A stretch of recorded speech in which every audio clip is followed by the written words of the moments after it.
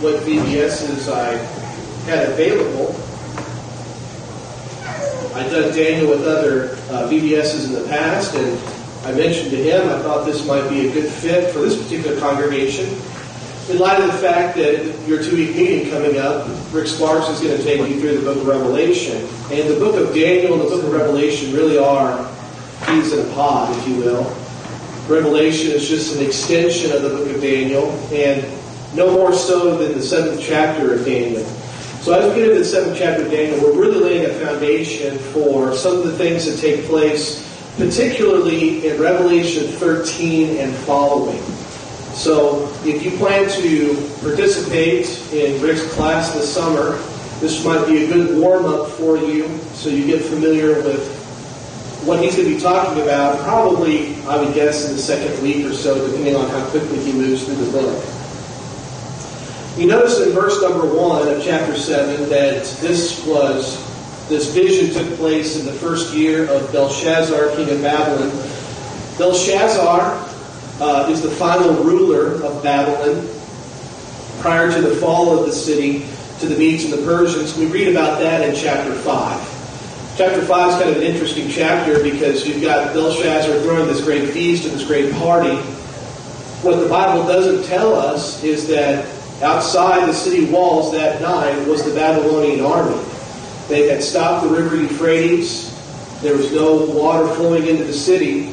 And what ended up happening that evening is some of the priests opened up the gates down in the riverbed that would normally keep any invading army out. They opened those gates, and that's how the Medes and the Persians ended up taking the city. And that's going to become important in this 7th chapter because it's going to talk about how the Babylonian Empire was changed from a ferocious beast into sort of a benign empire. And Belshazzar has a role in that feast that he throws. It's indicative of a man who's not taking his responsibilities as a king very seriously. So this vision is given in his first year. Daniel had a dream, he says in verse number 1, and visions of his head while on his bed. Then he wrote down the dream, telling the main facts. Whenever I teach this chapter, I always want to emphasize that final statement in verse number 1. We don't have the complete vision. He just gives us the main facts. There's a lot more to this that he saw, but he doesn't share that because the Holy Spirit did not move him to share it. He gives us basically what we need to know, albeit in some very heavily symbolic language that we've got to spend some time unlocking, and that's what we'll be spending our time doing this evening. So in Daniel chapter 7, beginning in verse 2, Daniel spoke, saying, I saw in my vision by night, and behold, the 4 winds of heaven were stirring up the great sea. And 4 great beasts came up from the sea, each different from the other. The first was like a lion and had eagle's wings. I watched till its wings were plucked off, and it was lifted up from the earth and made to stand on 2 feet like a man, and a man's heart was given to it. And suddenly another beast, a second like a bear.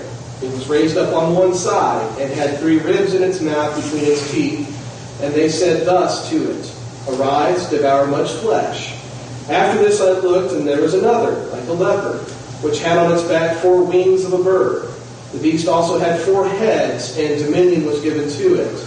After this I saw in the night visions, and behold, a 4th beast, dreadful and terrible, exceedingly strong.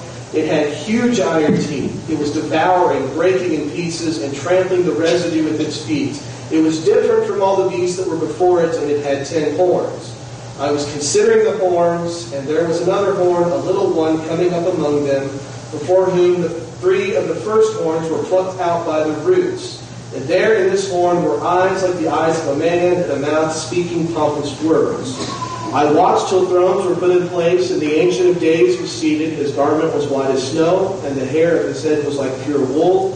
His throne was like a fiery flame, its wheels a burning fire. A fiery stream issued and came forth before him. 1,000 thousands ministered to him, 10,000 times 10,000 stood before him. The court was seated, and the books were open. I watched them because of the sound of the pompous words which the horn was speaking. I watched till the beast was slain, and its body destroyed and given to the burning flame. As for the rest of the beasts, they had their dominion taken away, yet their lives were prolonged for a season at a time. I was watching in the night visions, and behold, one like the Son of Man, coming with the clouds of heaven. He came to the Ancient of Days, and they brought him near before him. To him was given dominion and glory and a kingdom, that all peoples, nations, and languages should serve him. His dominion is an everlasting dominion which shall not pass away, and his kingdom the one which shall not be destroyed. This is, in short, the series of visions that Daniel saw. Verses 2 through 14 record the vision, and then the rest of the chapter is just an explanation or an interpretation of what these things mean. And in particular, Daniel is curious about the fourth beast and this little horn that's speaking pompous words, and that's really where the interpretation, that's really what this interpretation centers around, is the identity of that little horn and explaining what that little horn is all about. So let's get into the vision here. Let's take a look at verses 2 and 3 to begin with. So we have the four winds of heaven. In the ancient world, this universally represented the four directions of the earth. In Jeremiah chapter 49, verse 36, God says, "Against Elam I will bring the four winds from the four quarters of heaven and scatter them toward all those winds. There shall be no nations where the outcasts of Elam will not go." So here we have the four winds, I guess you would say the winds of the entire earth, stirring up the Great Sea. The Great Sea represents a multitude of nations and peoples. And we can look at other passages in the Bible that corroborate this. One of the things I really want to emphasize this evening and the rest of this week is the Bible is filled with all sorts of poetic and figurative and symbolic language. And the Bible really is its own best dictionary. If we want to understand the language that God uses to reveal things, then we need to look to the source. As Joseph stood before Pharaoh, he testifies that the interpretation belongs to God. God gives the vision, and the interpretation belongs to him. So if we want to understand symbolic language, we need to look at the Bible and find those definitions. In figurative language in the Bible, the Great Sea or seas represent peoples or nations. And some have argued that this could be the Mediterranean Sea. That would have been the Great Sea that Daniel was familiar with, being originally from the land of Judah. He would have known the Mediterranean. Whether or not that's the case, I think is up for speculation. What it is representative of, I'm sure, is that from the midst of this multitude, from the midst of this nation, come these four beasts. If you're interested in knowing where else to look for definitions or how that figurative language is defined, you could look at Isaiah 17, 12 and 13, and Revelation 17, 15. Both of those characterize nations or a multitude of nations as a great sea or as waters, peoples, multitudes, nations, and tongues. That's Isaiah 17, 12 and 13, and Revelation 17, 15. So here we have the wind stirring up the sea. We've got a time of unrest, of instability. We've got a lot of things going on. Commotion, upheaval among the nations of the world. And Daniel sees, coming out of the midst of this great sea, four beasts. And these each represent a kingdom. These are four kingdoms. And we know that based upon what's said later on in verse number 17. The angel who's standing by, who offers some commentary on Daniel's vision, says this: "Those great beasts, which are four kings or kingdoms which arise out of the earth." Later on in verse 23, as he's talking about the fourth beast, he says, "The fourth beast shall be a fourth kingdom on earth." Now, this is not the first time in the book of Daniel we've seen four kingdoms represented. If you were here last evening, we talked about the image that Nebuchadnezzar saw in his dream at night. The image that was comprised of four different types of metal: gold, silver, bronze, and iron. And then it also had iron with ceramic clay mixed in at the feet. So we've already seen four kingdoms or four nations of the earth represented in the book, and that's the case here. This idea of a beast representing a kingdom is once again right out of God's dictionary of prophetic language, if you will. Over in the book of Ezekiel, Ezekiel was a contemporary of Daniel. He was in a different part of Babylon, but was in the Babylonian captivity. In Ezekiel 29, verse 3, God's talking about the Pharaoh of Egypt, and he says to Ezekiel, "Speak and say, thus says the Lord God, Behold, I am against you, O Pharaoh, king of Egypt, O great monster, who lies in the midst of his rivers." There's a characterization of a ruler or a kingdom as a great monster in the midst of a river. And of course, that brings to mind the idea of those big, are they crocodiles or the alligators in the Nile? I can't remember. Was it crocodiles? Okay. It's been a while since I studied that stuff. But yeah, this great monster lying in the middle of the river, ready to consume whatever comes its way. So here we have, in these initial couple of verses, a time of great upheaval and commotion. And in the midst of all this upheaval and commotion, 4 kingdoms come from the midst of this multitude of nations. And I think we could conclude, based on the imagery that we see here, that these kingdoms are successive. They rise successively out of the sea. One is followed by another, which already is familiar to us based on what we know from the book of Daniel. So the question is, who are these 4 kingdoms? That's what we first need to answer. Who are these 4 great kingdoms? If you were here last night, you recall that in that image back in chapter 2, we also have 4 kingdoms: Babylon, Medo-Persia, Greece, and Rome, represented by those various metals. And I think that that's the case here as well, and I'll tell you why in the upcoming minutes.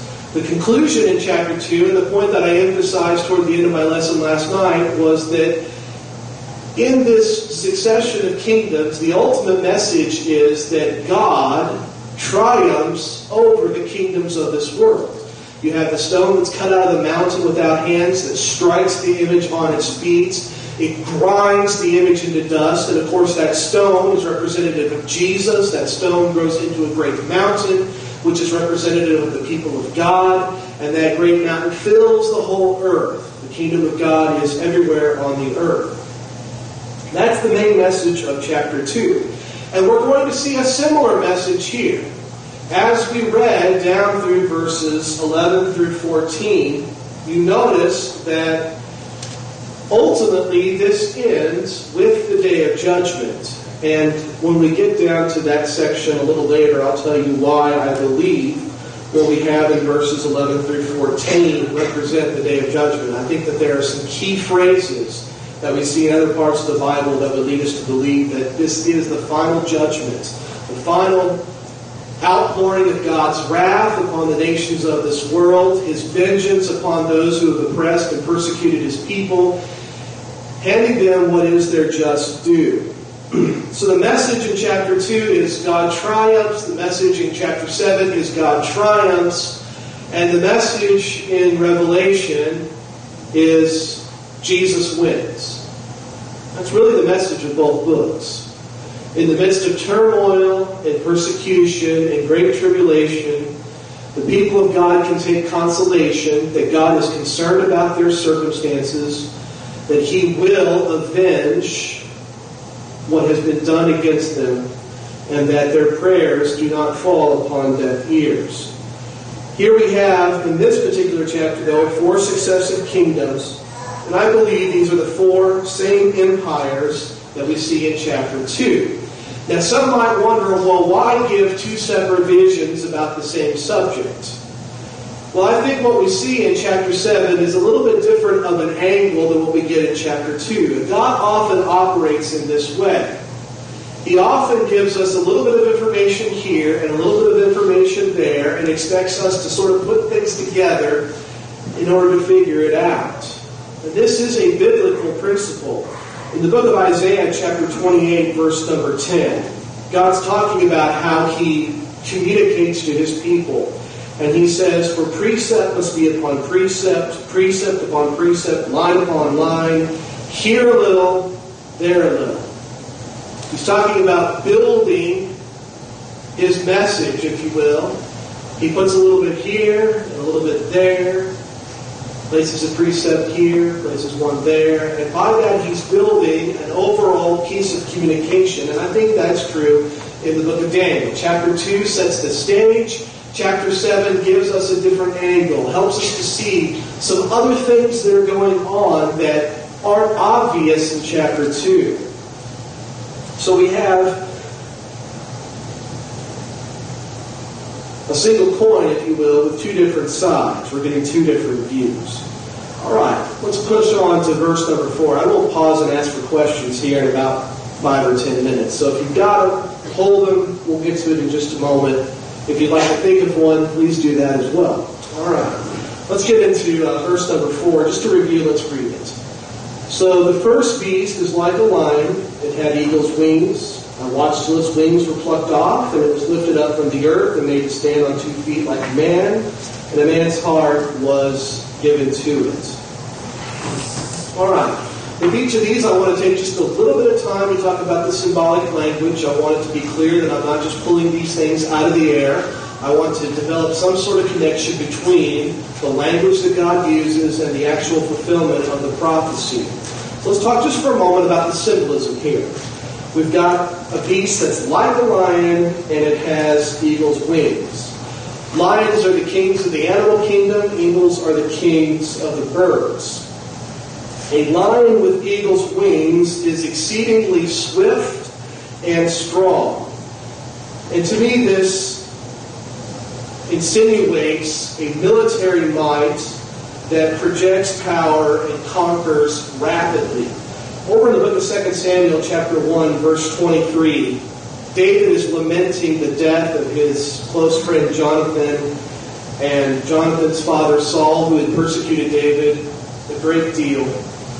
And in lamenting their death, he says this about them in 2 Samuel 1:23. Saul and Jonathan were beloved and pleasant in their lives. That's something to say.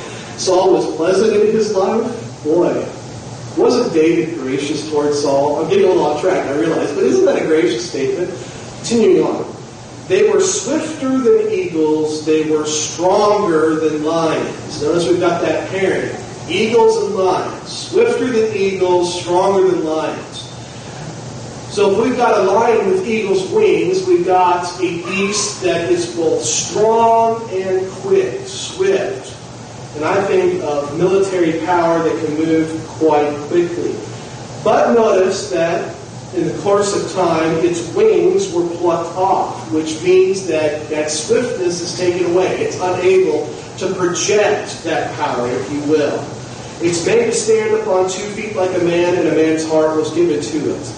Here we have this beast transformed from a fierce beast into sort of a weak or benign man.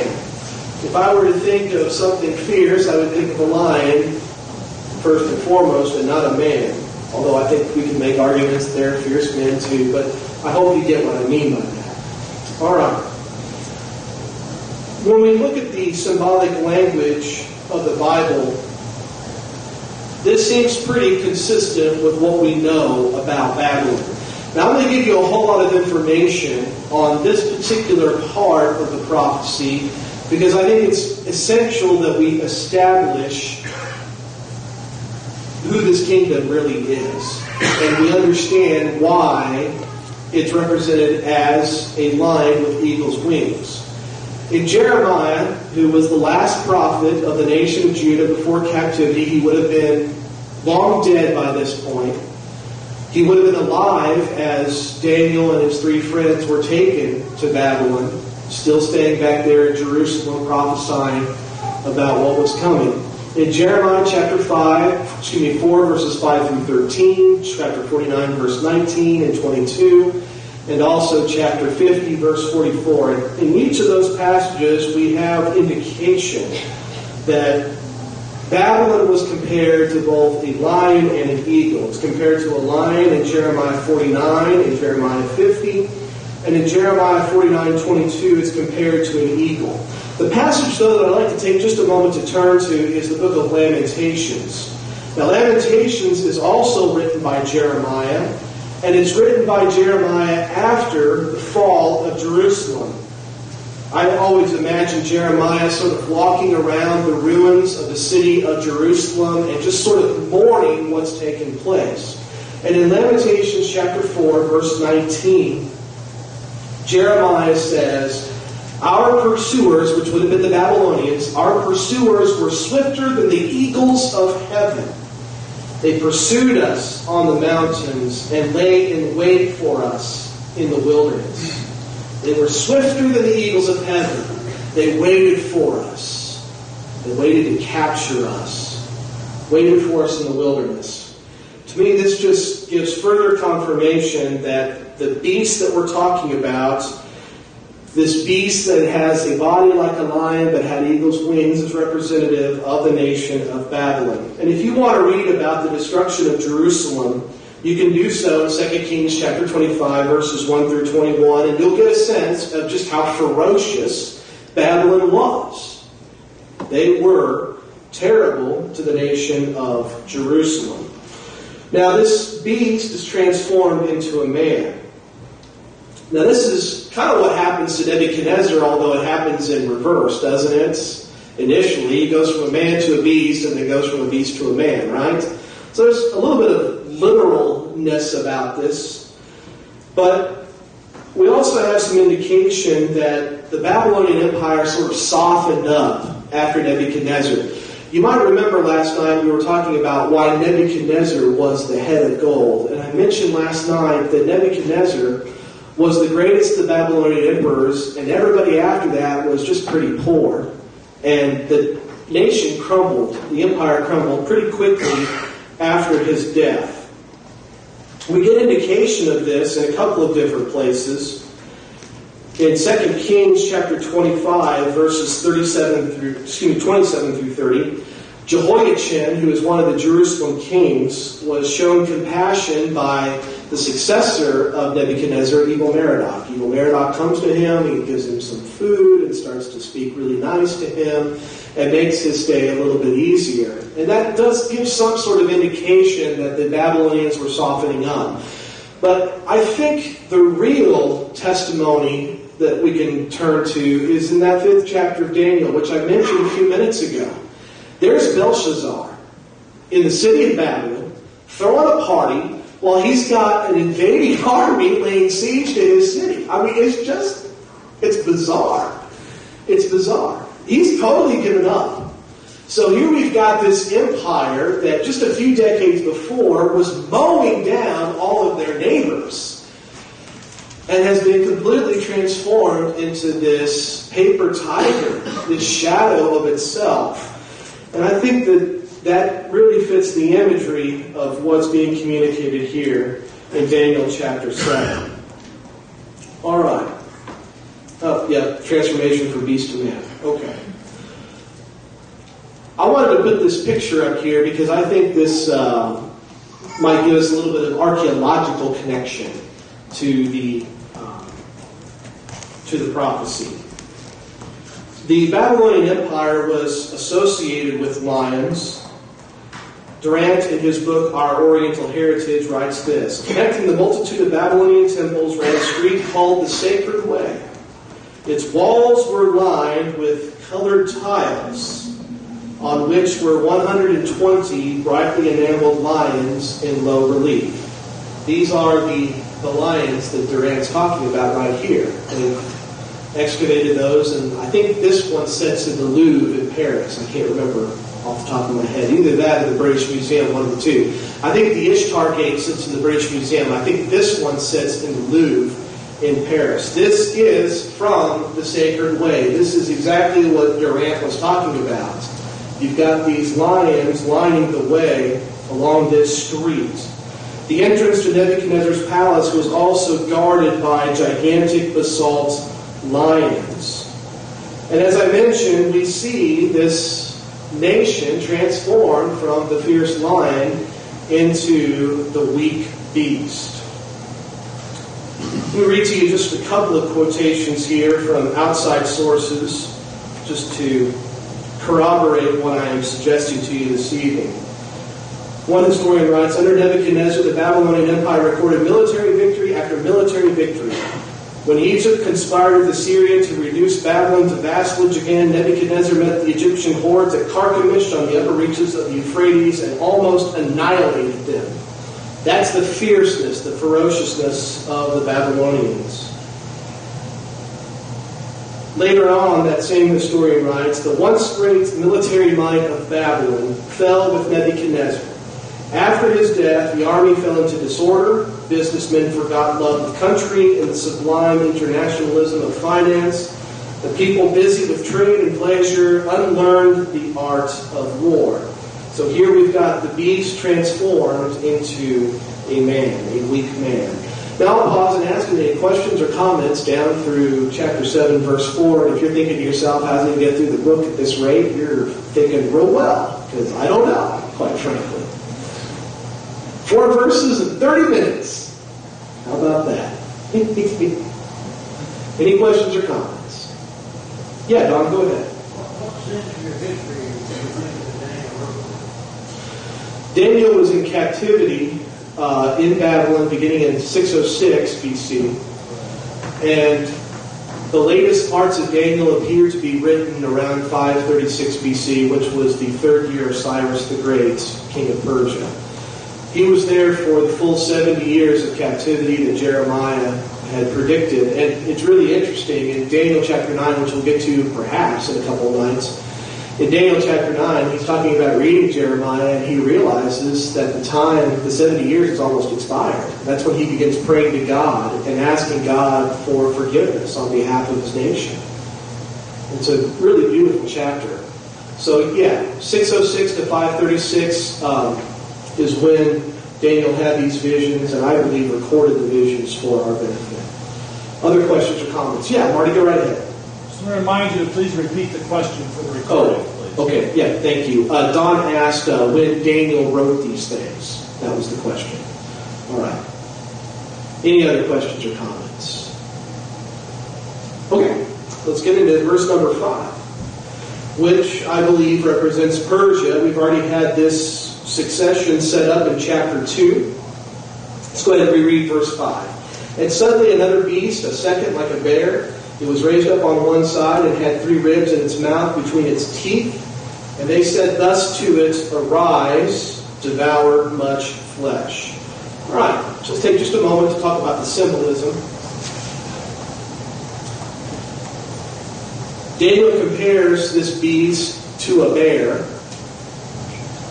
When you think of a bear, a lot of images might come to mind. Maybe you have the image of a bear with a tutu riding a unicycle. Maybe that's the image that comes to your mind. I don't know. I typically think of like a grizzly bear, right? That's what I think of, a ferocious beast. But also, a bear is fierce, but can be fierce in an almost blind, senseless way. And you think of a bear as just sort of overwhelming its prey, or overwhelming its enemy. Overwhelming aggression, particularly when it's provoked. In the book of 2 Samuel, chapter 17, verse 8, Hushai says this, for you know your father and his men, that they are mighty men, and they are enraged in their minds like a bear robbed of her cubs in the field. And your father is a man of war and will not camp with the people. That's, I think, the sense that I get of a bear. Overwhelming aggressiveness, senseless, almost out of its mind with rage. We also notice that the bear is raised up on one side, which means that one half of it is elevated above the other. There are 3 ribs in its mouth between its teeth, which means it's feasting on a fresh kill. And it's told to arise, devour much flesh, which means its killing is not done. It's already done some killing, and it's told to do some more killing. In chapter 2, we see the Babylonians succeeded by the Persians. How do the Persians compare to a bear?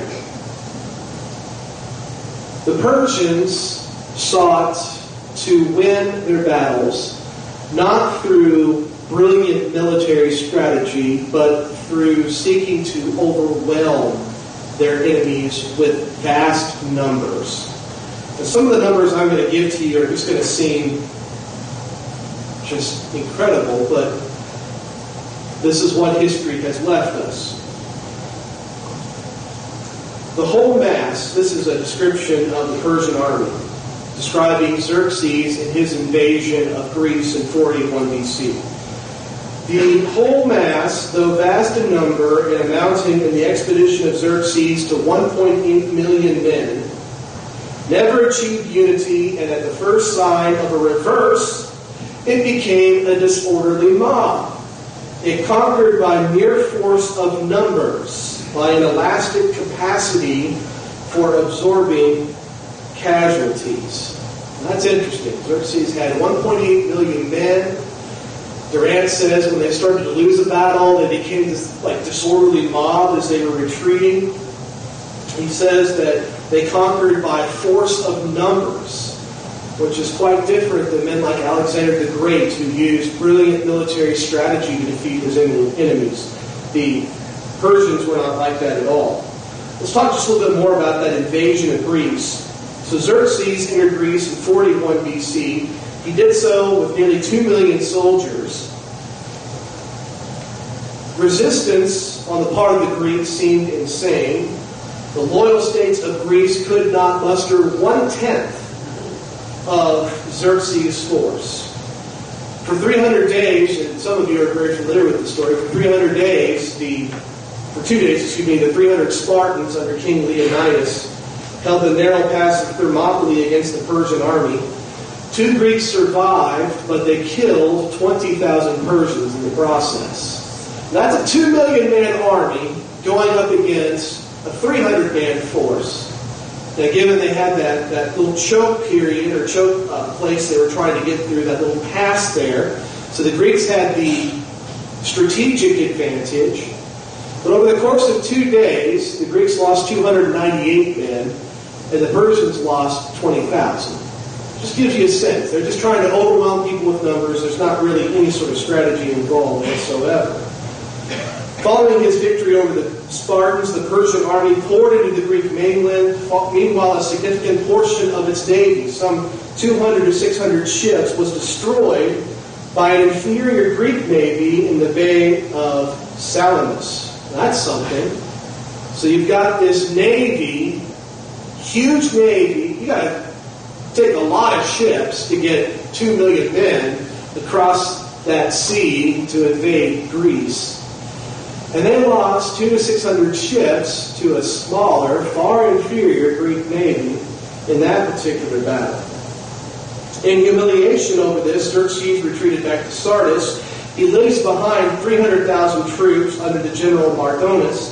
After a year, 110,000 Greeks meet the Persian army at Plataea and overwhelmingly defeated the numerically superior force. And this just sort of begins Persia's reputation for monumental military defeats. They're like a bear. They're just trying to overwhelm their enemy with more numbers. It's sort of like the Allied strategy on D-Day.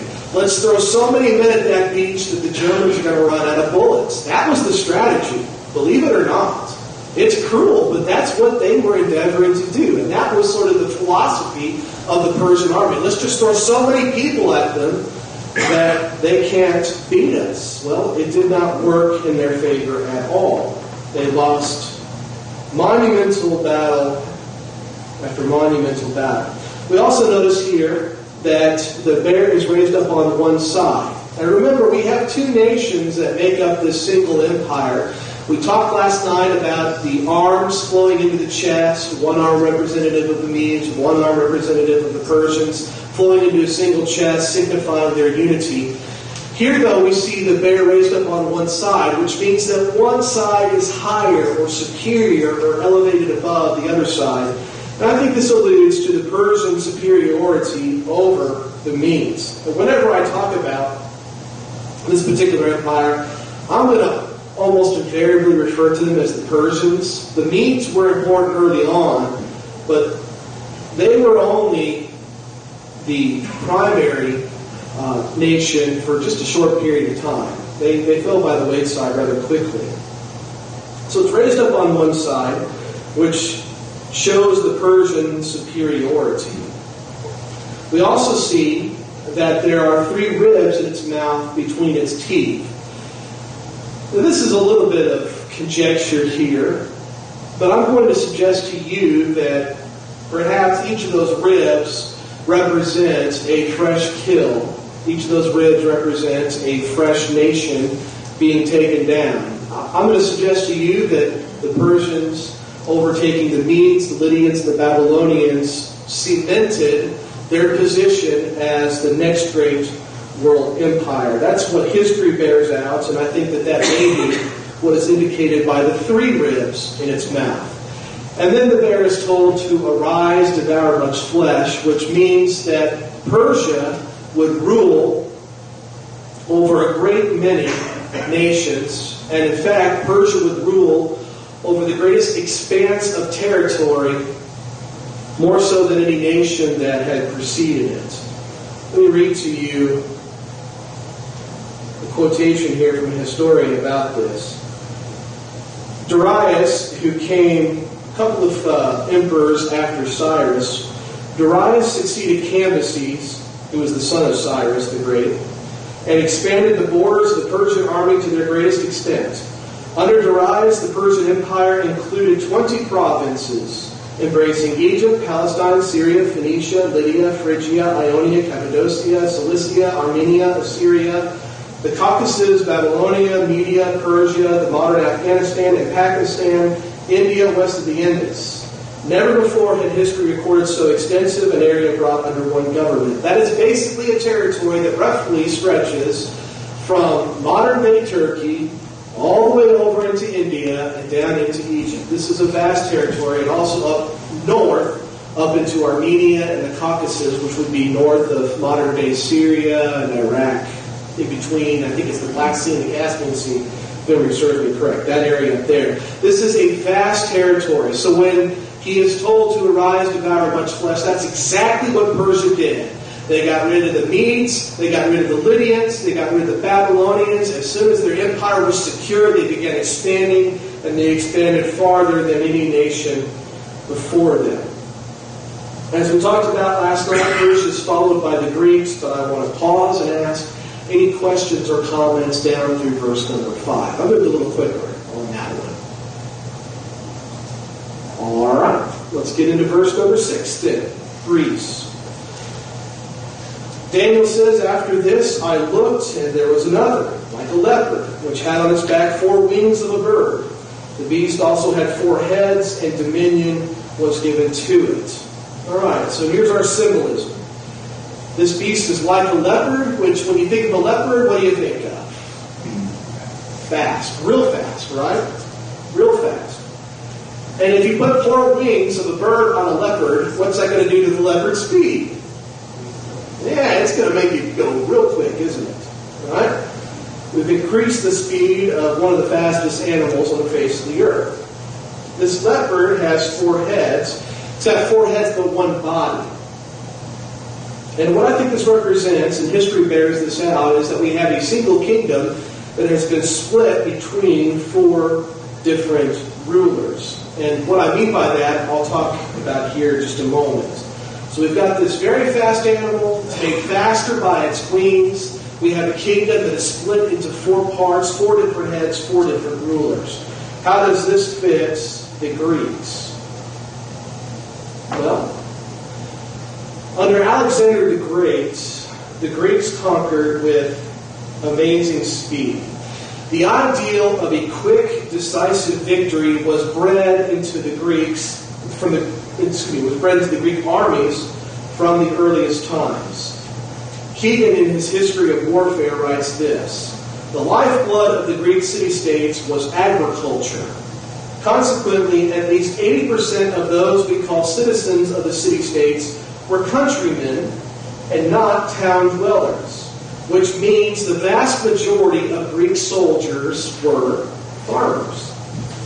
Given the extreme brevity of time in which attack could be made effective in the Greek farming world. So you have to imagine, here, you've got to squeeze in these wars in between, harvesting and planting probably? Or maybe between planting and harvesting. I don't know how Greek agriculture worked back then, but you got a pretty small window of time here. Okay? Given the extreme brevity of the time in which an attack could be made effective in the Greek farming world, and given also that the attackers left their own fields vulnerable to spoliation when they marched off to campaign, the highest premium was placed, or placed itself, in settling matters as quickly and decisively as possible. You see, the speed with which Alexander struck was not just simply Alexander the Great pushing his army. This was bred into the Greek soldier. Now, he took his army on a campaign across over into India. So these weren't a bunch of farmers. These were professional soldiers. But I think that this quotation emphasizes the DNA of the Greek soldier. They were trained, they were bred to strike quickly, and make these battles short and sweet, so to speak. When Alexander the Great set out from Greece in 334, he was 21 years old. By the age of 29, Alexander stood atop the world as its greatest conqueror. As I mentioned last night in chapter 2, Alexander conquered from Asia Minor to India. He conquered the territorial equivalent of the Persian kings Cyrus, Cambyses, and Darius all put together. It took them 60 years to conquer that territory. He did it in 8. Now that's speed. That is speed. That's why the Greeks are represented like a leopard with 4 wings of a bird. Alright, we also have 4 heads. And what that represents is how the empire was divided into 4 pieces upon the death of Alexander. On his deathbed, when his generals asked him to whom he left the empire, Alexander said this: to the strongest. I'm leaving it to the strongest. Now you say that to a bunch of generals, what are they going to do? Well, they're going to think they're the strongest, right? And they're going to fight with anybody who disagrees with them. As one might imagine, Alexander's generals could not reach a clear consensus on who was the strongest. And attempts to unite the kingdom under one throne after Alexander's death were met with dissension and rebellion, which ended after a period of about 20 years at the Battle of Ipsus. And following that battle, the territory that Alexander had conquered was divided between 4 of his generals, between Cassander, Lysimachus, Seleucus, and Ptolemy. Those last 2 are going to become really important if we get to chapter 8 in the next couple of nights. Seleucus and Ptolemy are going to play a very prominent role in the history of the Jewish people between Malachi and Matthew. And those 2 generals and the territory they ruled went right in the middle of modern-day Israel, Palestine. So there was a lot of tugging back and forth over the territory of Israel. So the 4 heads represented how this one empire was divided among 4 generals. The kingdom conquered swiftly, but as we talked about last night, it was inferior to the Persians because it just sort of fizzed out after the death of Alexander. I'll pause here. Any questions or comments up through verse number 6? I'm starting to move a little faster. Yeah. What's the name of the generals again? Cassander, that's Cassander.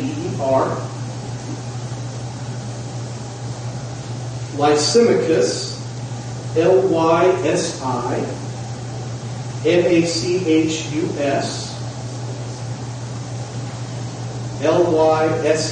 Lysimachus. Seleucus, Seleucus.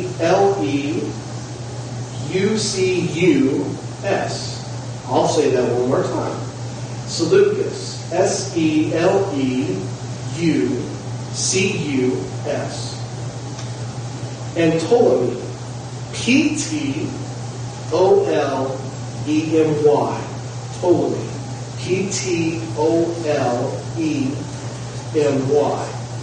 Cassander, Lysimachus, Seleucus, and Ptolemy. These were the 4 generals that divided Alexander's empire after the Battle of Ipsus. Any other questions or comments? I think it's pretty rich, yeah. Three ribs, the Medes, the Lydians, and the Babylonians. Medes, Lydians would be Lydians, and the Babylonians. As I said, that's a bit of conjecture, but history does make it clear that once those three nations were conquered, the Persians' supremacy was solidified and they became the big kid on the block, so to speak. Once they had conquered the Medes, the Lydians, and the Babylonians. Other questions or comments? All right.